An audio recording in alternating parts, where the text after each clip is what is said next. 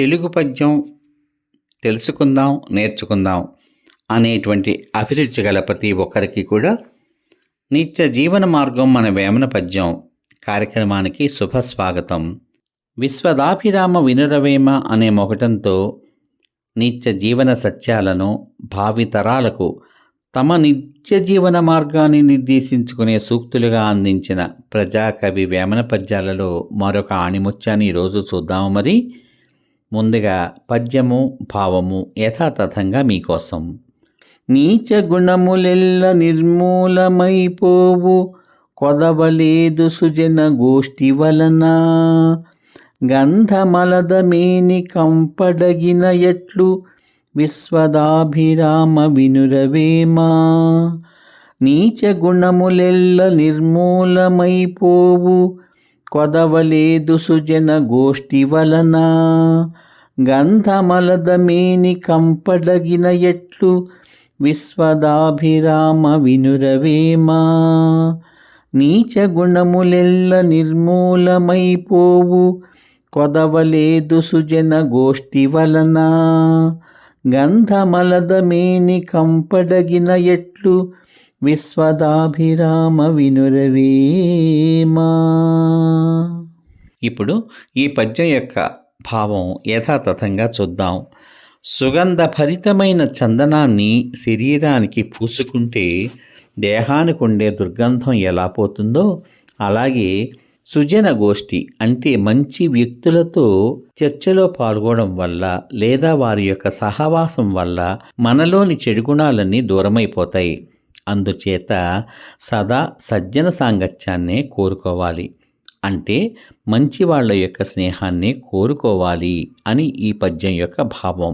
ఈనాటి సమాజానికి ఈ పద్యం యొక్క భావాన్ని మరికొంత విస్తృతంగా నేర్చుకుందాం.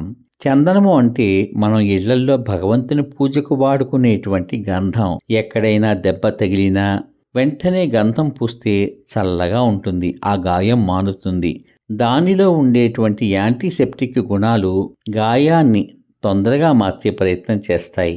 అటువంటి సుగంధభరితమైనటువంటి చందనాన్ని మన శరీరానికి పూసుకుని స్నానం చేయడం వలన దేహం మీద ఉండేటువంటి మలినాలన్నీ కూడా తొలగిపోయి, తద్వారా చెడువాసన తొలగిపోయి మనసుకు ఎంతో సంతోషంగా ఉంటుంది, ఎంతో ఆహ్లాదం అనిపిస్తుంది. ప్రతి మనిషి తన జీవితంలో తన మనసును అర్థం చేసుకునేటువంటి ఒక మంచి స్నేహితుడు ఉంటే బాగుంటుంది కదా అని పదే పదే కోరుకుంటాడు.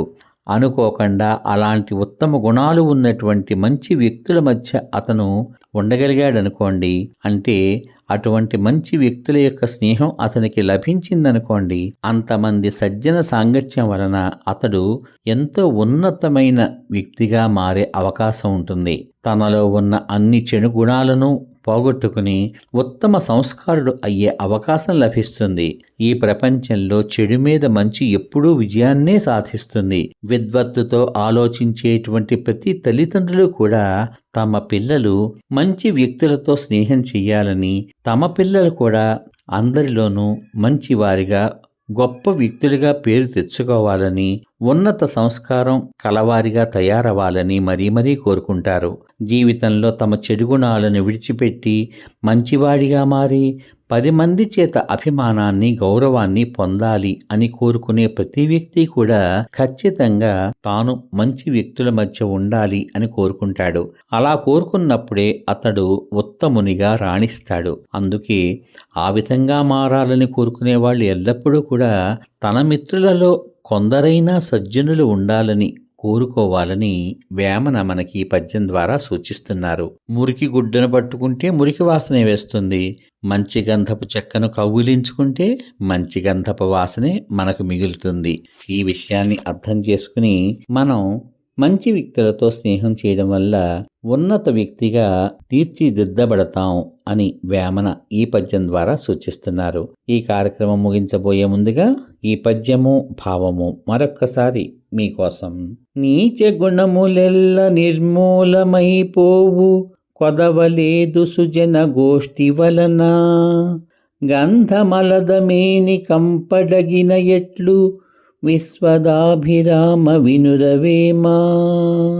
ఇప్పుడు ఈ పద్యం యొక్క భావం యథాతథంగా సుగంధ భరితమైన చందనాన్ని శరీరానికి పూసుకుంటే దేహానికి ఉండేటువంటి దుర్గంధం ఎలా అయితే పోతుందో అలాగే సుజన గోష్ఠి వలన అంటే మంచి వ్యక్తులతో సహవాసం వలన మనలోని చెడు గుణాలన్నీ దూరమైపోతాయి. అందుచేత బాల్యం నుంచే పిల్లలందరూ కూడా మంచి వ్యక్తులతో కలిసి ఉండాలని, వారి యొక్క సాంగత్యాన్ని సదా ఎప్పుడూ పొందుతూ ఉండాలని, ఆనాడే వారు ఉన్నత సంస్కారం గల వ్యక్తులుగా తీర్చిదిద్దబడతారని వేమన మనకి ఈ పద్యం ద్వారా తెలియచేస్తున్నారు.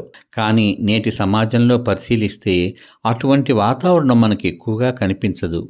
ఉపాధ్యాయులు పాఠం చెబుతుంటే వినకుండా ఉపాధ్యాయుడికే పేర్లు పెట్టి వెక్కిరించేటువంటి పిల్లలు ఈ రోజుల్లో ఎంతోమంది.